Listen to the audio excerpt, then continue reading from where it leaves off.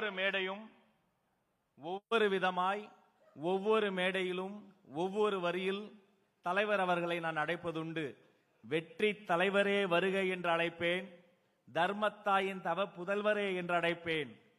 இன்று உள்ளம் நிறைய நெகிழ்ச்சியோடு மகிழ்ச்சியோடு வாஞ்சையோடு வருங்கால தமிழக முதல்வரே, தலைமை உரை தருக, வெற்றி தலைவரே வருக.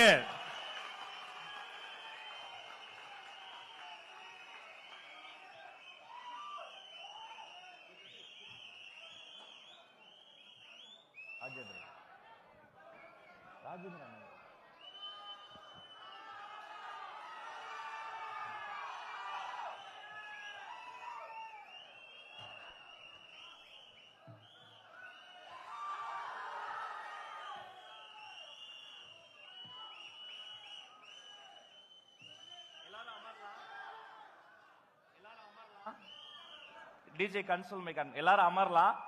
அப்பதான் தலைவர் கேமராவில் பார்த்தாலும் கொஞ்சம் அமருங்க. உங்க அன்பு புரியுது. ஒரு நிமிஷம் அமருங்க. தோழர்கள் அமருங்க. பின்னாடி இருக்கவங்களா அமருங்க. தலைவர் நீங்க ஒரு ஹாய் சொல்லிட்டீங்கன்னா எல்லாரும் அமருங்க அமருங்க அமருங்க. இதோ வருங்கால தமிழக முதல்வரின் தலைமை உரை ஒரு அரங்கம் நிறைந்த கரவொலியோடு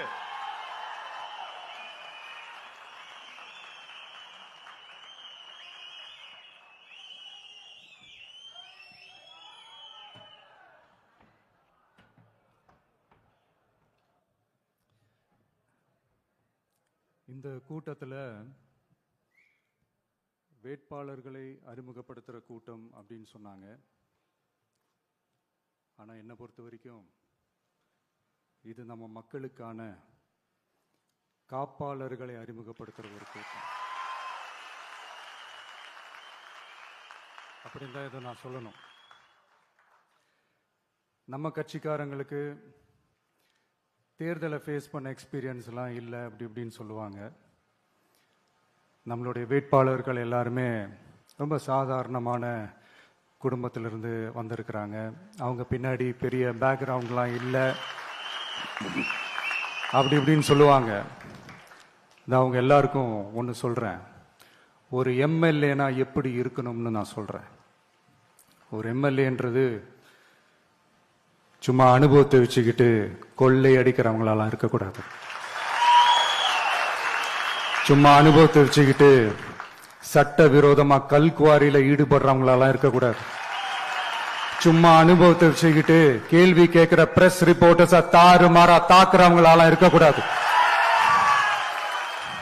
இன்னும் ஓப்பனா சொல்லணும்னா, இந்த திமுகவில் இருந்து வந்த ஒரு எம்எல்ஏ மேல கொள்ளையடிச்ச கேஸ் இருக்குது, போதைப் பொருள் கடத்தல் கேஸ் இருக்குது, திருட்டு கேஸ்லாம் இருக்குது. திருட்டு கேஸ்லாம் ஜெயிலுக்கு போயிட்டு வந்தவர் ஒருத்தர் இருக்கிறாரு.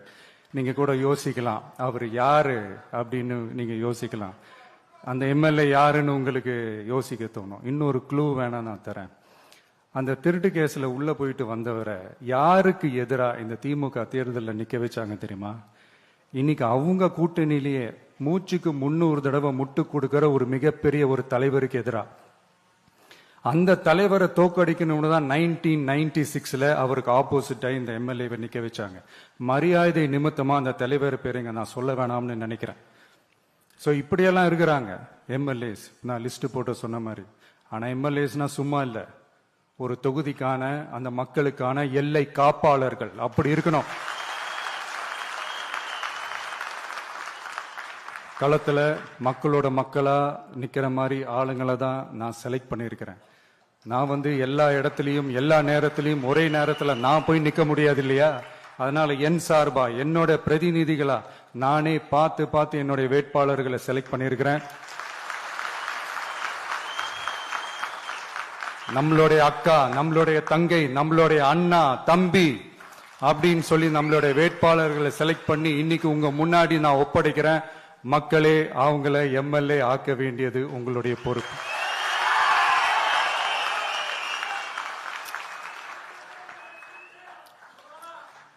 கட்சி ஆரம்பிச்சு கிட்டத்தட்ட ஒரு 3 வருஷத்துக்கு மேல ஆச்சு. இன்னமும் ஒரு கூச்சல் சத்தம் அடங்கின மாதிரியே எனக்கு தெரியல.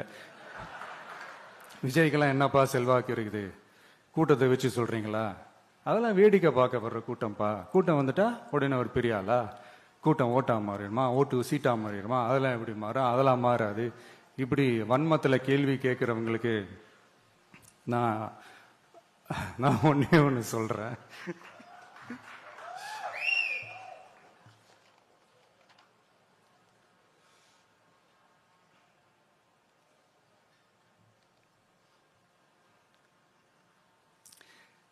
இந்த தேர்தல் எல்லாரும் சொல்ற மாதிரி தேர்தல்லாம் கிடையாது. இது இருமுனை போட்டி மட்டும்தான். மக்கள் கூட்டணியான நமக்கும் ஸ்டாலின் சார் கூட்டணிக்கும் மட்டும்தான் இந்த தேர்தல். அதனப்ப ஸ்டாலின் சார் கூட்டணி பேரான மக்கள் நல கூட்டணியா? மொத்த பேக்கேஜ் அங்கதானே இருக்குது. ரிசல்ட் என்ன தெரிஞ்சதுனால என்னமோ அவர் அந்த பழைய மக்கள் நல கூட்டணியாவே மாத்திக்கிட்டாரோ என்னமோ எனக்கு தெரியல. உடஞ்ச கிளாஸ ஒட்ட வச்ச மாதிரி, கிழிஞ்ச துணியை தச்சை வச்ச மாதிரி, இது ஒரு ஒட்டு போட்ட ஒரு கூட்டணி, அவ்வளவுதான். அதனால நீங்க ஆல்ரெடி டிசைட் பண்ணி வச்சிருக்கிற மாதிரி உங்களுடைய ஓட்டை சிந்தாம செதறாம நம்மளுடைய டிவிகே வேட்பாளர்களுக்கும் நம்மளுடைய டிவிகே விசில் சின்னத்துக்கும் தயவு செஞ்சு ஓட்டு போட்டு. இப்ப நம்மளுடைய வேட்பாளர்கள் எல்லாரும் நான் சொல்றதை கொஞ்சம் ரிப்பீட் பண்ணுங்க. மக்களுக்காக, மக்கள் பணிக்காக மட்டுமே நான் இந்த தேர்தலில் போட்டியிடுகிறேன். நான் ஜெயிச்சு வந்த பிறகு மக்கள் பணத்தில் ஒரு பைசா கூட தொடமாட்டேன்.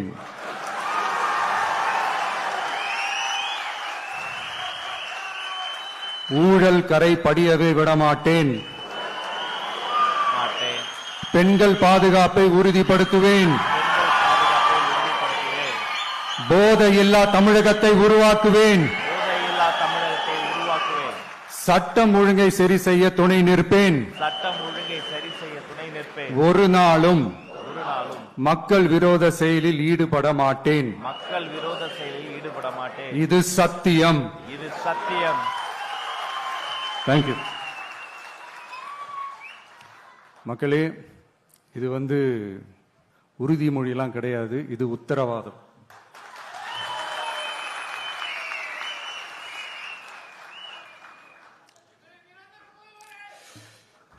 இந்த தேர்தல் பாமரர்களுக்கும் அதிகார மமதை கொண்ட ஒரு குடும்பத்திற்கு சேவகம் செய்யும் அடிமைகளுக்கும் நடக்கிற தேர்தல். ஏழைகளுக்கும் ஏமாற்று பேர்வழிகளுக்கும் நடக்கிற தேர்தல். உழைக்கிற மக்களுக்கும் உழைப்பை சுரண்டவங்களுக்கும் நடக்கிற தேர்தல். நல்லவங்களுக்கும் நாட்டை நாசப்படுத்துறவங்களுக்கும் நடக்கிற தேர்தல். மக்கள் பணத்தை சுரண்டும் ஊழல் லஞ்சத்தை ஒழிக்க வந்தவங்களுக்கும் ஊழல்லையே ஊறி போனவங்களுக்கும் நடக்கிற தேர்தல். மக்கள் சக்திக்கும் மக்கள் விரோத சக்திக்கும் நடக்கிற தேர்தல். சுருக்கமா சொல்லணும்னா டிவிகேவுக்கும் டிஎம்கேவுக்கும் நடக்கிற தேர்தல். இந்த விஜய்க்கும் ஸ்டாலின் சாருக்கும் நடக்கிற ஆரோக்கியமான ஜனநாயக போட்டிக்கான ஒரு தேர்தல். இப்படி இந்த தேர்தல் இருக்கிறதுனால நம்ம கட்சி வேட்பாளர்களை தமிழ்நாட்டோட ஒவ்வொரு சாமானிய குடும்பத்து தோழர்களா இருக்கிற மாதிரி தான் நான் செலக்ட் பண்ணியிருக்கிறேன்.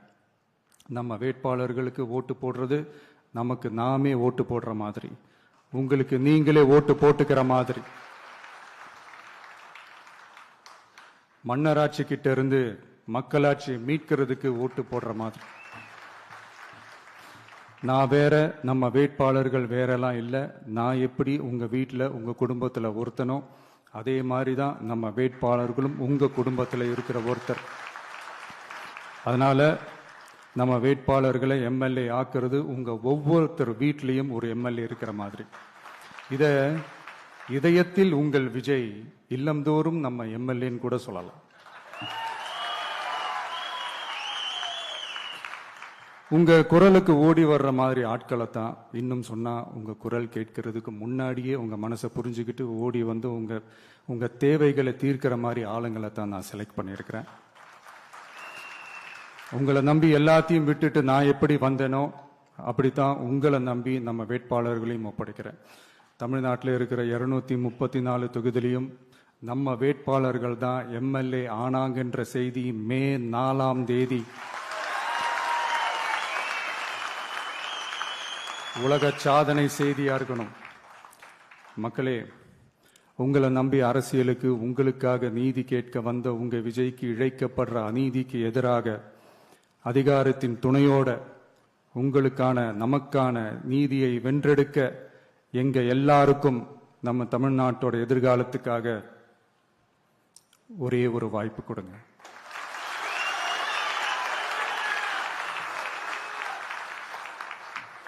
நான் நம்ம விமென்ஸ் டே அன்னைக்கு பெண்களுக்கான சில நம்மளுடைய TVK's vision and agenda சொன்னோம். அந்த மாதிரி இன்னைக்கு நம்ம TVK's vision and agenda for youth.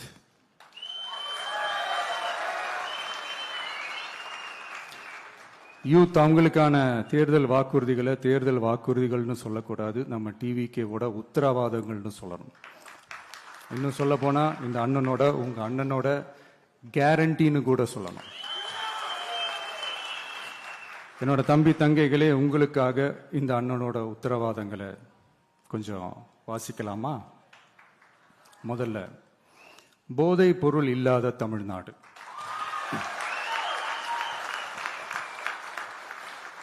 தமிழ்நாட்டை போதை பொருள் இல்லாத மாநிலமாக மாற்றும் தொலைநோக்கு பார்வையுடன் தமிழ்நாடு போதைப் பொருட்கள் உள்வரவு தடுப்பு மற்றும் போதைப் பொருட்கள் புழக்கத்தை கட்டுப்படுத்தும் கடுமையான சட்டங்களுடன் ட்ரக்ஸ் அபியூஸை கையாள்வதற்காக சமூக காவல் கம்யூனிட்டி பாலிசிங் உள்ளிட்ட பல்வேறு முயற்சிகளையும் அதற்கான முழு அர்ப்பணிப்புடன் கூடிய பிரத்யேக அணுகுமுறைகள் மேற்கொள்ளப்படும். போதைப் பொருட்கள் நடமாட்டத்தால் ஏற்படும் மோசமான விளைவுகள் குறித்து பொது விழிப்புணர்வை ஏற்படுத்தவும் அதனை தடுக்கவும் மாநிலம் முழுவதும் உள்ள அனைத்து பள்ளிகள் மற்றும் கல்லூரிகளிலும் போதைப் பொருள் எதிர்ப்பு மன்றங்கள் நிறுவப்படும். அடுத்தது, கல்வி உத்தரவாதம் திட்டம். தமிழ்நாட்டில் எந்த ஒரு இளைஞரும் நிதி பற்றாக்குறையால் கல்வி பெற முடியாமல் போகவே கூடாது. எனவே இளைஞர்களின் கல்வியை உறுதி செய்ய 12ஆம் வகுப்புக்கு பிறகு PhD வரை கல்வி பயில ரூபாய் 20 லட்சம் வரை பிணையம்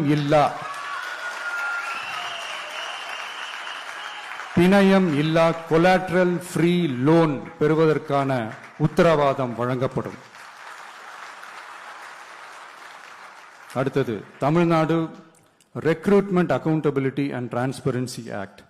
அரசு வேலை என்பது பல லட்சம் இளைஞர்களின் கனவாக இருக்கும்போது அதில் ஏற்படும் குறைகளை களைய TRATA, அதாவது Tamil Nadu recruitment accountability and transparency act வாயிலாக அனைத்து மாநில அரசு பணியிடங்களுக்கும் ஒரு நிலையான ஆட்சேர்ப்பு கால அட்டவணை உருவாக்கப்படும். காலக்கெடுவிற்கு மேல் எந்த ஒரு தாமதமும் ஏற்படா வண்ணம் TNPSC மற்றும் TRB, TNEB அறிவிப்பு முதல் நியமனம் வரையிலான முழு ஆட்சேர்ப்பு சுழற்சியையும் 365 நாட்களுக்குள் முடிக்க சட்டப்படி கட்டமைக்கப்படும். அடுத்தது, வேலைவாய்ப்பு தாமத சூழல் நிதி உதவி. 29 வயதிற்கு மேலும் வேலை வாய்ப்பில் தாமதமாகும் சூழல் உருவானால் மாதந்தோறும் பட்டதாரிகளுக்கு மாதம் 4000 ரூபாயும் மற்றும் டிப்ளமா படித்தவர்களுக்கு மாதம் 2500 ரூபாயும் இளைஞர் நலநிதியாக வழங்கப்படும். இது இளைஞர்களின் வேலை வாய்ப்பை தேட உதவும் ஓர் ஊன்றுகோலாக அமையும். அடுத்தது, வெற்றி தொழிற்பயிற்சி உத்தரவாதம். ஆண்டுதோறும் 5 லட்சம் இன்டர்ன்ஷிப் பயிற்சிகளை வழங்க நமது அரசு தனியார் தொழில் நிறுவனங்கள் மற்றும் சிறு குறு மற்றும் நடுத்தர நிறுவனங்களுடன் MSMEs கூட்டாக இணைந்து செயல்படும். அதன்படி பட்டதாரிகளுக்கு மாதம் 10,000-உம் ITI டிப்ளமா படித்தவர்களுக்கு மாதம் 8,000-உம் மாநில அரசே வழங்கும். இது வணிக நிறுவனங்களுக்கான பணியமர்த்தல் செலவை குறைத்து உள்ளூர் ஆட்களை பணியமர்த்த அவர்களை ஊக்குவிப்பதாக அமையும். அடுத்தது வெற்றி தொழில் முனைவோர் திட்டம். நமது இளைஞர்கள் வேலை தேடுபவர்களாக மட்டுமே இருக்கக்கூடாது, அவர்களை வேலை வழங்குபவர்களாகவும் மாற்றுவதே எங்கள் தொலைநோக்கு பார்வை. அதற்கான திட்டமே இந்த வெற்றி தொழில் முனைவோர் திட்டம். நேர்மையான தொழில் முனைவோரை உருவாக்கும் இத்திட்டத்தின் கீழ் ரூபாய் 25 லட்சம் வரை கொலாட்ரல் ஃப்ரீ லோன் பெறுவதற்கான உத்தரவாதம் வழங்கப்படும். நமது ஊரில் நமக்கே வேலை வாய்ப்பு திட்டம். நமது ஊரில் நம்முடையவர்களுக்கே, அதாவது தமிழ்நாட்டை சார்ந்தவர்களுக்கே வேலை வாய்ப்பு என்பதை உறுதி செய்வதே நமது அரசின் நோக்கமாகும். அதற்காகவே தமிழ் எம்ப்ளாய்மெண்ட் கிரெடிட் சிஸ்டம் உருவாக்கப்படும். அதன்படி தனது பணியாளர்களில் 75% தமிழ்நாட்டை சேர்ந்தவர்களாக இருக்கும்படி பார்த்து கொள்ளும் தனியார் நிறுவனங்களுக்கு மாநில ஜிஎஸ்டி, எஸ்ஜிஎஸ்டி மீது 2.5% மானியமும், மின் கட்டணங்கள் மீது 5% மானியமும் மற்றும் அரசு கொள்முதலில் முன்னுரிமை வழங்கப்படும். அடுத்தது இளைஞர்கள் பங்களிப்பில் நமது நல்லாட்சி. ஒவ்வொரு கிராம பஞ்சாயத்து மற்றும் நகர்ப்புற உள்ளாட்சி அமைப்பிலும் முதல்வர் மக்கள் சேவை நண்பர், முதல்வர் மக்கள் சேவை நண்பர் என்ற புதிய பதவி உருவாக்கப்படும். அதன் மூலம் இளைஞர்களுக்கு அவர்களின் வசிப்பிடத்திலேயே 5 லட்சம் வேலை வாய்ப்புகளை உருவாக்கி மக்களுக்கு 100% அரசு சேவைகளை அவர்களின் வீட்டு வாசலிலேயே கிடைக்க வழிவகை செய்யப்படும். நல்லாட்சிக்காக இளைஞர்களுக்கும் தமிழ்நாடு அரசுக்கும் இடையிலான மாநிலத்தின் மிகப்பெரிய கூட்டு இணைப்பாக இது அமையும். இத்திட்டத்தில் பங்காளராக பணியாற்றும் இளைஞருக்கு மாதந்தோறும் 18,000 ரூபாய் ஊதியமாக வழங்கப்படும். அடுத்தது தமிழ்நாடு இளைஞர் ஆலோசனை குழு, Tamil Nadu advisory council, Tamil Nadu youth advisory council. பல்வேறு வளர்ச்சி திட்டங்கள் மற்றும் இளைஞர்களை நேரடியாக பாதிக்கும் விஷயங்கள் குறித்து இளைஞர்கள் தங்கள் கருத்துக்கள், கவலைகள் மற்றும் பரிந்துரைகளை முதலமைச்சர் மற்றும் அரசு அதிகாரிகளிடம் தெரிவிப்பதற்கான ஒரு தளமாக தமிழ்நாடு இளைஞர் ஆலோசனை குழு நிறுவப்படும். இந்த முயற்சியை செயல்படுத்தும் இந்தியாவின் முதல் மாநிலமாக தமிழ்நாடு திகழும். கடைசியாக படைப்பாளி தொழில் முனைவோர் திட்டம், கிரியேட்டர் பிரனியர் திட்டம். தமிழ்நாட்டின் வரலாறு, பாரம்பரியம், கலாச்சாரம் மற்றும் முன்னேற்றம் குறித்த அம்சங்களை உலக அரங்கில் பரப்பி தமிழ்நாட்டை ஓர் உலகளாவிய படைப்பாளி மையமாக மாற்றுவதை நோக்கமாக கொண்டு தமிழ்நாடு படைப்பாளி தொழில் முனைவோர் திட்டம் என்பது தமிழ்நாடு அரசுக்கும் நமது மாநில இளைஞர்களுக்கும் இடையேயான ஒரு மாற்றத்தை உருவாக்கும் டிஜிட்டல் கூட்டாண்மை ஆகும். இத்திட்டம் 1,50,000 படைப்பாளி தொழில் முனைவோருக்கு தொடக்க மூலதனம் வழங்கும். இத்திட்டத்திற்கு ஆதரவாக நமது இளைஞர்களுக்கு நவீன கால பயிற்சி அளிக்க 500 படைப்பாளி பள்ளிகள், கிரியேட்டர் பிரனியர் ஸ்கூல்ஸ் நிறுவப்படும். நம் மாநிலத்தின் மீது ஈர்ப்பு கொண்ட இளைஞர்களை ஊக்குவித்து நம் தமிழகத்தின் பெருமையை உலகறியச் செய்யவே இம்முயற்சி. பெண்கள் அஜெண்டா மாதிரி இது நம்ம இளைஞர்களுக்கான நம்ம அஜெண்டா. இன்னும் நம்ம விவசாயிகள், மீனவர்கள், அரசு ஊழியர்கள் மற்றும் ஆசிரியர்கள், நெசவாளர்கள், தொழிலாளர்களுக்கான வாக்குறுதிகள்லாம் இன்னும் ரெடி ஆகிட்டு இருக்கு. கூடிய சீக்கிரமே அதை அறிவிப்போம். உங்கள் எல்லாருக்கும், நம்மளுடைய ஜென்சி நண்பர்களுக்கும் ஒரே ஒரு விஷயம் நான் சொல்கிறேன். ஏப்ரல் 23 சும்மா காலங்காத்தால பக்காவாக ரெடி ஆகிட்டு ஓட்டர் ஐடியை கையில் எடுத்துக்கிட்டு ஆளா பூத்தில் போய் நின்று விசில் சின்னத்துக்கு நேரா இருக்கிற அந்த பட்டனை ஒரு அழுத்துங்க. உங்க வீட்டில் இருக்கிற ஒவ்வொருத்தரையும் அழைச்சிட்டு போங்க. சப்போஸ் வெளிநாட்டுல இருந்து நீங்க இங்க சென்னையில் இருக்கீங்கன்னா, என்னடா இது வீக் டேயா போச்சே, நம்ம வெளி ஊருக்கு போகணுமா, ஓட்டு போடணுமா அப்படின்ட்டு அசால்ட்டா இருந்துடாதீங்க. இப்பவே அட்வான்ஸா உங்களுடைய டிக்கெட்டை புக் பண்ணி வச்சுக்கோங்க. இது ஒரு தலைமுறைக்கான ஒரு தேர்தல், உங்களுக்கான தேர்தல். எவ்வளவு பெரிய வசதியான வாழ்க்கையா இருந்தாலும் எல்லாத்தையும் தூக்கி எரிஞ்சிட்டு உங்களுக்காக மட்டுமே வந்திருக்கிறேன். உங்களுக்காக நன்றி கடன் செலுத்துறதுக்காக மட்டுமே வந்திருக்கிறேன். அத்தனை வழிகளையும் தாங்கிக்கிட்டு உங்களுக்காக மட்டுமே நான் வந்திருக்கிறேன். உங்களுக்கு நன்றி கடன் செலுத்துறதுக்காக மட்டுமே வந்திருக்கிறேன். ஒரு நாளும் பொய் சொல்லி உங்களை நான் ஏமாத்த மாட்டேன். இந்த 4 முனை போட்டி, 40 முனை போட்டின்னு எத்தனை முனை போட்டின்னு எத்தனை உருட்டினாலும் இங்கு 2 முனை போட்டி தான். ஒன்னு டிவிகே, இன்னொன்னு டிஎம்கே. மக்கள் விரோத ஆட்சி நடத்துற ஸ்டாலின் சார் வேணுமா, மக்களை நேசிக்கிற விஜய் வேணுமா? அவ்வளவுதான் இந்த தேர்தலே. அதனால உங்க விஜய்க்கு, உங்க அண்ணனுக்கு, உங்க தம்பிக்கு, உங்க பிள்ளைக்கு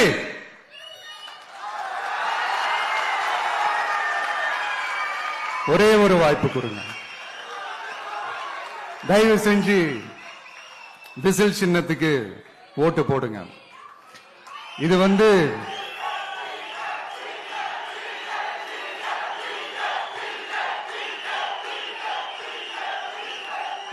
ஒரு விசில் புரட்சி தேர்தலா இருக்கணும். யாரு வேட்பாளரா இருந்தாலும் அந்த வேட்பாளர் வேற, இந்த விஜய் வேற அப்படின்னு நினைச்சிடாதீங்க. கான்பிடண்டா இருங்க, நல்லதே நடக்கும், வெற்றி நிச்சயம். மீண்டும் சந்திக்கும் வரை நன்றி, வணக்கம்.